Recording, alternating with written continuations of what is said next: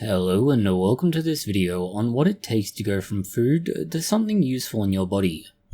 Going from food to something useful in your body is a somewhat complicated process in practice. In theory it is simple. However, as with many things, the theory to practice translation is often fraught with a lot of peril. The simple answer is that you have a tube that goes from your mouth to your anus. At different points in this tube, you either add chemicals to chemically process the food, or you mechanically process it. As it proceeds along that tube, the molecules change so they can pass through the tube and enter your bloodstream. And this is how you get nutrition. Eventually, what you haven't stripped away from that food is discarded as waste. Now, this leads us to the complicated explanation of what actually happens in practice, since that theoretical answer and description seems so easy. We can break the digestive system down into distinct, separate parts, stages, and functions. This is just like we described the mechanical processes, the chemical processes, and the purpose of that process. The first step is actually the first taste, literally and figuratively. Your mouth is the first step in your GI tract. Between chewing food and the saliva in your mouth, the food starts to be broken down. Your mouth is full of teeth and your tongue. Assuming you aren't some sort of extrastellar predator, in which case you'll find teeth located elsewhere. But in humans at least, you primarily focus on your tongue and teeth in the mouth. These will work together to mechanically break down food, and this is why you have always been told to chew your food. Chewing will only go so far, since the food either turns to a mush in your mouth, or your teeth can only break down the food to a certain size. To go further, you need to start using a chemical process. Chemically, your saliva is somewhat complex. It is largely made from water. Water will cause a small amount of hydrolysis, but that's especially relevant to sugars. There are other things active as well. Alongside water, we have amylases that will break down sugars, so this will make food sweet.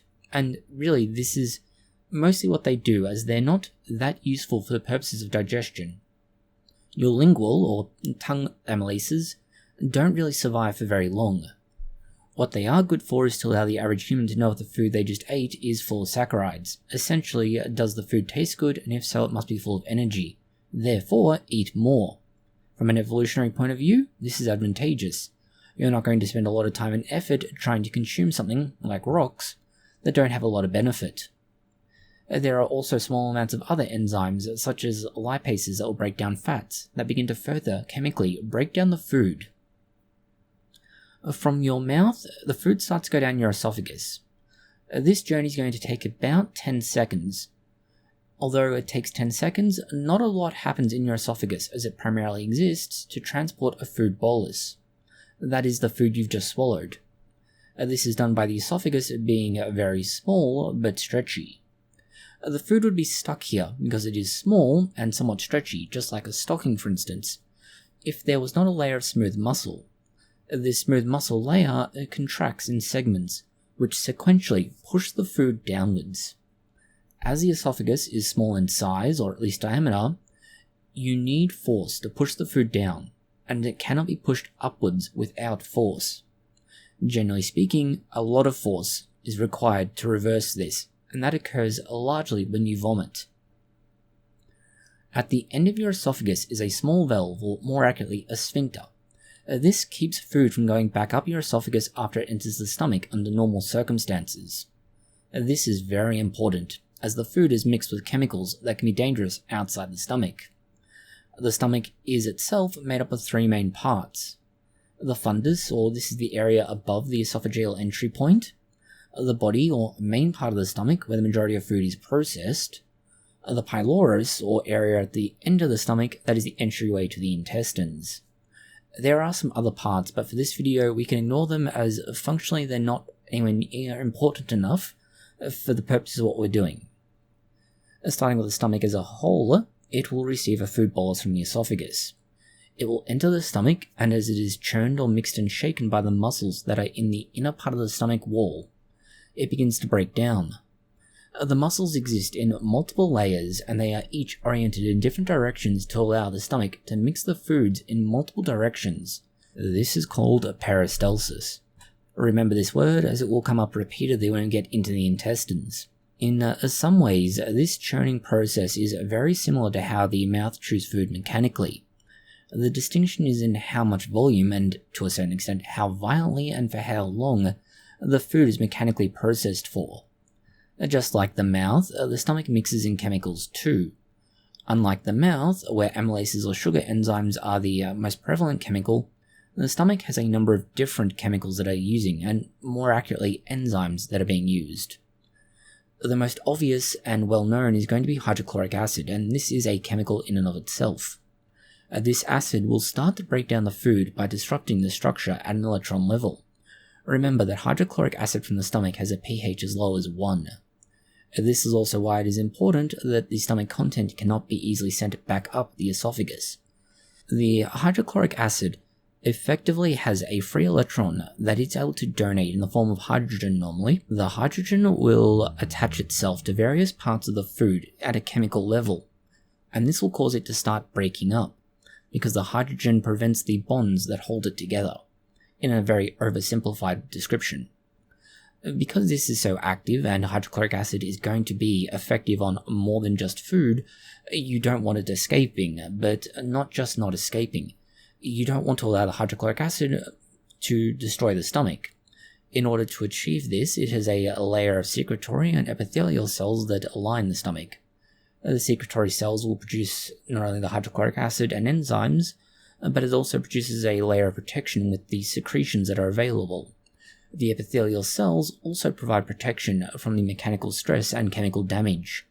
They are basically a sacrificial layer. This same layer of the stomach is also convoluted. It has ridges and valleys. These aid with the mechanical processing of food.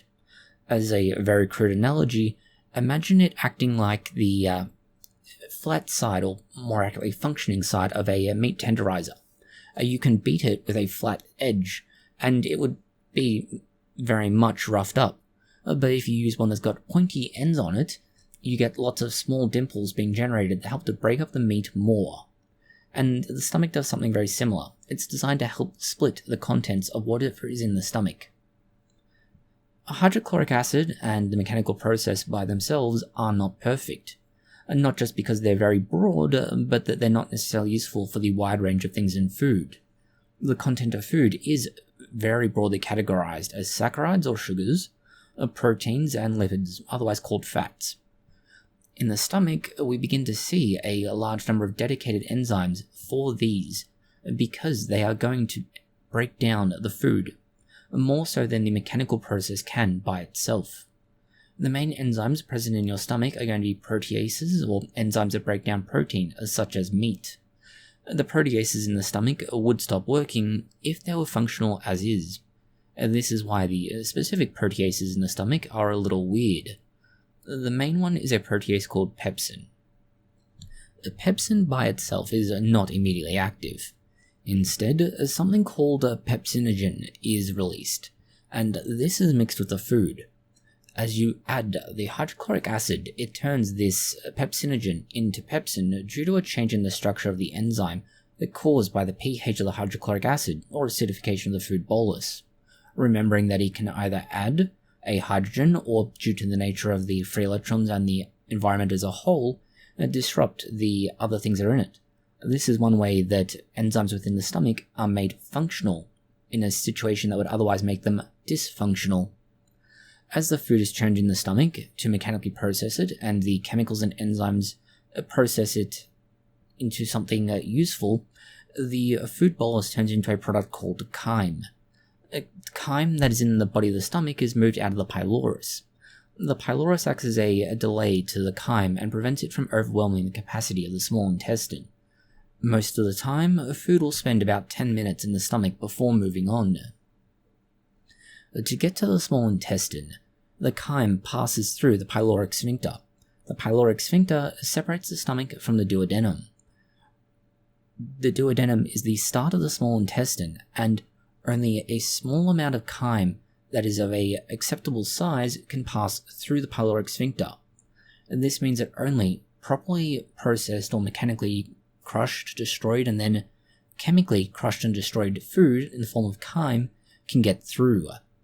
Only 3 milliliters, or about 1/10 of an ounce, passes through the pyloric sphincter at a time, and this is important. Not only is the duodenum the start of the small intestine, but it is somewhat distinct and separate from the other parts of the small intestine. The first thing it does is that it secretes an alkali chemical. This is important as it stops the chyme from being acidic, and by bringing the acidic chyme back to a more neutral pH, it prevents your intestines from being melted. This is good, as your intestines will be important for what comes next. Well, there's that, and most people don't respond well to having their insides melted away for some bizarre reason. They're so soft nowadays. The other effect of adding alkali chemicals to the duodenum is what happens to lipids or fat in the chyme. Lipids or fat can be partly broken down by the alkali chemicals, as they are, by their nature, slightly acidic, chemically speaking. Further, the alkali pH disrupts the lipids, making them smaller. After this, the chyme is going to be somewhere between neutral and just slightly alkali. The alkali chyme enters the second part of the duodenum, and here the body will add even more chemicals again. This will include bile from the gallbladder. Bile is a mixture of more alkali chemicals, water, and bile salts. These serve the purpose of further breaking down the big lipids into smaller parts, and the bile salts will bind to these lipids and prevent them, once they're broken up, from being able to coalesce in small intestine. It will mean that they remain suspended in the chyme, and because of this, they will be more easily, or at least readily, absorbed. With lipids broken down and segregated to some degree, we need to talk about the other two molecule groups that are left, saccharides and protein. Protein is partially dealt with in the next step, and this is due to the proteases that further break down these shorter polypeptides into amino acids. This is done with peptidases from the pancreas. The pancreas releases these into the duodenum, where they then find their way to the various polypeptides or short amino acid chains and begin to break them down. Normally you'll find them broken down into either tri or dipeptides. These are groups of 2 or 3 peptides. These then in turn are further broken down into individual amino acids via hydrolysis. At the same time as the pancreas is releasing peptidases, it also releases different amylases, at least different from those in the mouth. Now, it's important for us to point out that, for example, the lingual amylases, those are the sugar breakdown enzymes from the mouth, once they enter the stomach, no longer work because the hydrochloric acid makes them dysfunctional, or more specifically, the word you're after is denatures them. In this case, because we're after the stomach, any enzymes being released will work entirely as intended because there's no longer that pH problem. The duodenum is largely responsible for ensuring that this environment is suitable to them. And this is much of the reason why, if for example you drink lemon juice, it won't have any effect once it gets to the stomach. The pH in the stomach is going to overwhelm any kind of acidity from the lemons. Admittedly, any damage it might do on the way down is a different matter, but still. In the terms of this video, why this is important is that we're releasing more amylases now from the pancreas into the duodenum, and this means that these will be active not just from here, but right the way through the small intestine, because they'll get reabsorbed at some point, but so long as they're still in the chyme, they will continue to work. The amylases that are released will do 2 things. First, they will break down big saccharides that are part of large, complex molecules, much like starch, and these turn into smaller polysaccharides. These polysaccharides are then broken down via other amylases into di- and trisaccharides. These in turn are then broken down into monosaccharides via hydrolysis. Remembering, all of this so far is occurring in the duodenum, but it will continue to work right throughout the small intestine. All of this is also involved for the purposes and only for the breakdown of big things like proteins, saccharides, and lipids into small parts. And that's so as they go through into the next parts of the small intestine, they can be absorbed. There will be some of that occurring here, but it's not the major role of the duodenum. As mentioned, the duodenum primarily exists for the purposes of ensuring that everything that the stomach has done is both stopped in terms of the release of chemicals and counteracted, but also importantly, to ensure that anything you're going to be adding to the chyme will function. The only slight distinction is for lipids, as these are somewhat unique and separate. Although we mentioned that most of this will be absorbed into the bloodstream, lipids cannot be absorbed directly into the bloodstream. That is because even though the lipids are broken down into small parts and made miscible in such a way that they can sit in the water of your blood, they still cannot be transferred into the bloodstream because they cannot be carried properly. Instead, they enter the lymphatic system. From here, they are eventually carried to the liver, where they get packaged into proteins, and then they can go into the bloodstream, but not until then. It's worth us pointing out that both mechanisms, bloodstream and the lymphatic pathway, require that the chyme, after it is processed and broken down into small parts, pass through the lining of the intestine. And this is the key thing here. First, it will pass through the epithelial cells via diffusion. This allows it to use either specialized protein channels or the ability to diffuse through the cell membrane. In terms of things like sugars will generally be using a dedicated transporter protein. For amino acids, this can be the case, and in other instances they may be able to get through just simply through diffusion. After this, it is transferred into the blood vessels that are around the intestine.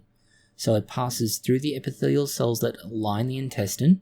Once it's in there, it then passes out the other side of those epithelial cells and into the bloodstream. There is a large number of blood vessels that are around the intestines, and there are a lot of blood vessels, because they are constantly supplying blood and carrying it away, so that there is always very little of whatever content has been absorbed in the bloodstream. This means that the chyme content is always able to move or diffuse from a high concentration of content in the intestine to a low content, or more accurately, no content, in the arteries that are around the intestines. The arteries are located beneath the epithelium, but not outside the muscle layer. This will also reduce how far the content must travel, and it makes absorption quicker, easier, and more easily facilitated. To more actively begin absorbing food into your bloodstream, the chyme passes from the duodenum to the jejunum. The jejunum, and the duodenum for that matter, are like the stomach, with multiple layers of muscle, and there's always a layer of epithelial cells to protect the intestine. It acts like a layer of lining to prevent the somewhat rough and difficult food, mostly rough due to dietary fiber, from grinding holes in it. Think of erosion. Importantly, the muscles are there to ensure that food is always only passing in one direction. Despite what South Park may show us, you cannot swallow something via your anus and then shit it out of your mouth. The cells that make up the lining are somewhat unique and special, and this is something we need to somewhat press on. They are not flat squamous cells like those that make up the skin and certainly other parts of the intestinal tract. Instead, these are cells that are made up of troll doll-like looking cells.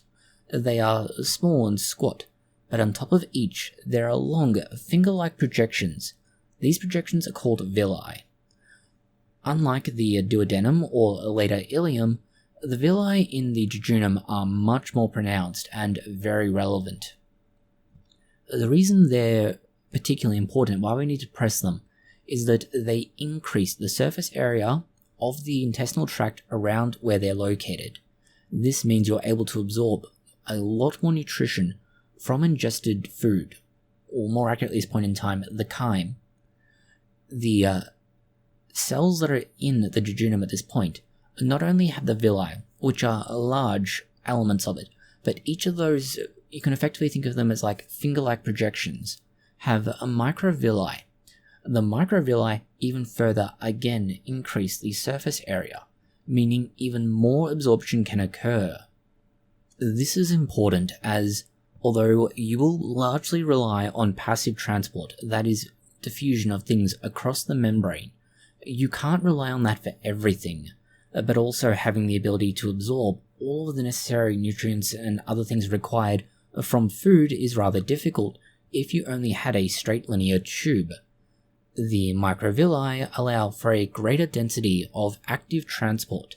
This means you can pull more things out of the chyme like amino acids, various small peptides, vitamins, and more. All of the things that you're going to need. And not just do you have the villi and microvilli. The jejunum has what are called large circular folds. These large circular folds have been given the name pellicae circularis, which is basically Latin for circular fold. This gives you another way to increase the surface area, thereby adding even more of the ability to absorb nutrients from food at this point in time. If you were to look at this as a series of developments, the biggest thing that initially increases the surface area are going to be the pellicae circularis, as these are large circular structures. On top of these, you have the villi. These together increase the surface area of the small intestine, and what you have effectively done is add horizontal and then linear increases in size. From this, you have longitudinal and horizontal increases, and then the microvilli add to this again. If you were to take the jejunum as is, and simply measure it out, it would be somewhere between 3 to 5 meters or 10 to 15 feet long, and 5 centimeters or 2 inches in diameter. This would give you a surface area of about 1 square meter or just over 3 square feet. But that is not the case. Instead, when you combine circular pilaris, the villi and microvilli, you get a drastic increase. The surface area of the small intestine with all of these changes, for the continuity of the surface area, you get roughly 30 square meters or 320 square feet, a difference of nearly 30 times without having to change the linear length of the jejunum. After the jejunum has absorbed as much of the content and the peristalsis has been able to shove the food further along the intestine by both contracting in a linear motion, as in starting at one point and then pushing food along, by then going next contraction in the next section and the next contraction in the next section, but also by ensuring that it always rolls forwards, you have the ileum. The ileum is still part of the small intestine, but it is slightly smaller in its inner diameter, but it has a thinner wall as well. Its main function is rather than to be as involved in absorption of everything, it's more there to try and absorb specific products, things like vitamin B12. Further to its slight change in function, you'll note that the circular folds, the circular pilaris, are not as pronounced. In fact, at the very end of the ileum, they're not present at all. This is because there is no longer a need to have as much surface area given the change in its functionality. It's not trying to draw out whatever products it can. Rather, the dedicated purpose means that it will only grab those specific things out of the chyme. You will still note that there is a large number of villi, and there is arguably a case to be said that there are more microvilli. Other than the noted structural differences, the ileum is not much different in the end from the jejunum, and as said, its role is primarily to have a more targeted absorption of certain things, and recovery of whatever enzymes and other products that are involved in digestion that haven't already been recovered. The ileum itself, therefore, is the end of the primary absorptive process. The end of it, however, is where you find the ileocecal sphincter. The ileocecal sphincter is the joint between the ileum and the cecum. The cecum is a small pouch that begins the large intestine, and it's, well, the large intestine's beginning. Other than that, it's not actually all that important. Evolutionarily, it probably had certain advantages, as you'll find that there are things like the appendix attached to it, but in the modern human, its role is primarily the point where you go from the small intestine to the large intestine. Now, the large intestine itself is, strictly speaking, not properly called the large intestine, or rather, it's the colon. This means we go from the cecum to the ascending large intestine, or more appropriately, the ascending colon. The role of the ascending colon is several-fold, but its big job, initially at least, is take the now very liquid mess that is chyme, or at least was, and begin to draw away water, reabsorb any residual desirable content, such as salts, and begin compacting the content. In some cases, it doesn't do this very well, and this is when you will stain the porcelain of your toilet bowl after eating tacos. From the ascending colon, we have the transverse colon. The transverse colon runs across your abdomen, basically right to left. Its job is very much similar to the ascending colon, absorption of water and salts. To an extent, doing this will also lead to the compaction of what is within the transverse colon.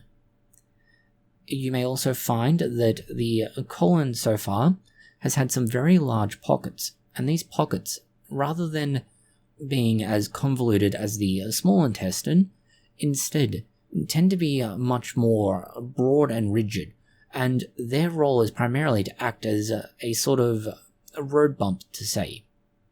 You still get peristalsis pushing the content through, but it's slower due to the structural differences between the small intestine and large intestine.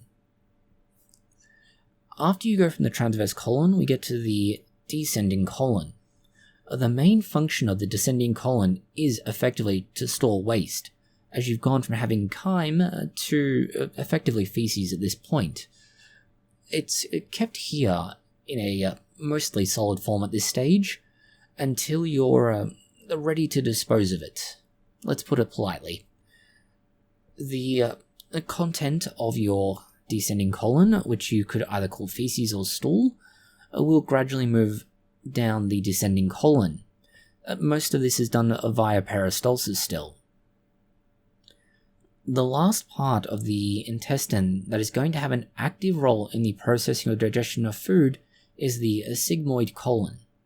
The sigmoid colon is largely not so much there for the digestion of food as it is a storage location for both the solid and gas waste from what you've consumed. Because it is curved, hence the name sigmoid, it takes a unusual pathway, and that unusual pathway allows for gas to be stored in the upper part of it, while the lower portion has the solid material within it. Because of this oddity in its shape, it means that you can fart without having to shit yourself at the same time, unless you shart, in which case, God help you. From the sigmoid colon, we have the final part of the GI tract, the anus. The anus is properly called the rectum, but you may or may not recognize the name. The rectum is purely a final temporary storage area for feces, and it's simply because the descending colon dumps everything there as it finishes using whatever it can out of it and making it as solid as it can.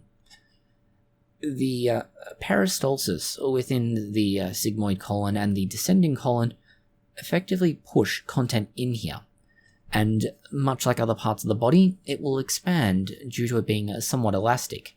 And in the same way that your esophagus is elastic, it will stretch, and the stretch will tell your body that you need to poop. It essentially sends a signal saying, the rectum is being stressed because there's something filling it, you should go empty it. You then have a certain amount of control over this. That's because there are two sphincters involved, an internal and external sphincter. Now you have conscious control over one, but not the other. Let's put this politely, the control you have over the sphincter is only as good as the strength of the muscle involved. This is one reason why it takes a long time to train children how to use the toilet, and in some cases the elderly. If you don't have the muscle control, you can't really stop the content allowed to pass through the first sphincter that you don't have conscious control over, and so you can't prevent expulsion of feces. We will point out, for the purposes of clarity, that when you have diarrhea, for instance, One of the reasons why diarrhea is watery is that the large intestine, the ascending, transverse, and descending colons don't perform their reabsorption role very well when it comes to water. Their job is to get as much water out of the feces as it's being transported as possible to ensure it is solid. But if you have something like food poisoning, for instance, the inflammatory process prevents that from happening. And so the body is actually more, let's say, porous, and more water is able to enter into the feces than the body is able to draw out. And this is why the feces, once it gets to the sigmoid colon and eventually the rectum, is very liquidy. And why when you have diarrhea, you might as well be using a spray paint can in some ways. The body simply can't compensate for the differences in movement of water due to inflammation. And this is why diarrhea is, well, watery. It's also worth pointing out that it's one of the reasons why things like celiac disease tends to affect certain parts of the intestinal tract more than others.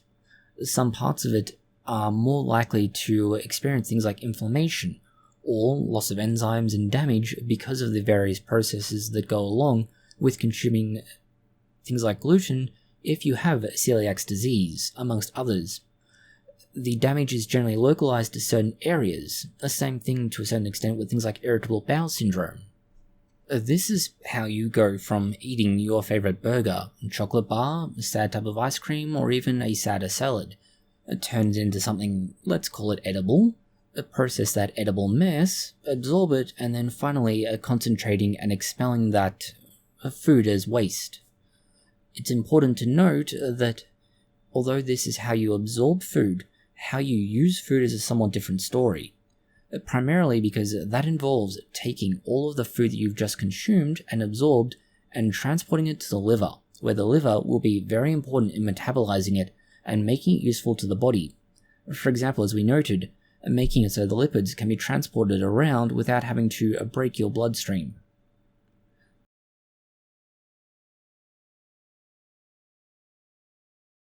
Thank you for watching this video. If you found it interesting, consider liking, sharing, and subscribing. Please do post any comments, questions, or suggestions you have below.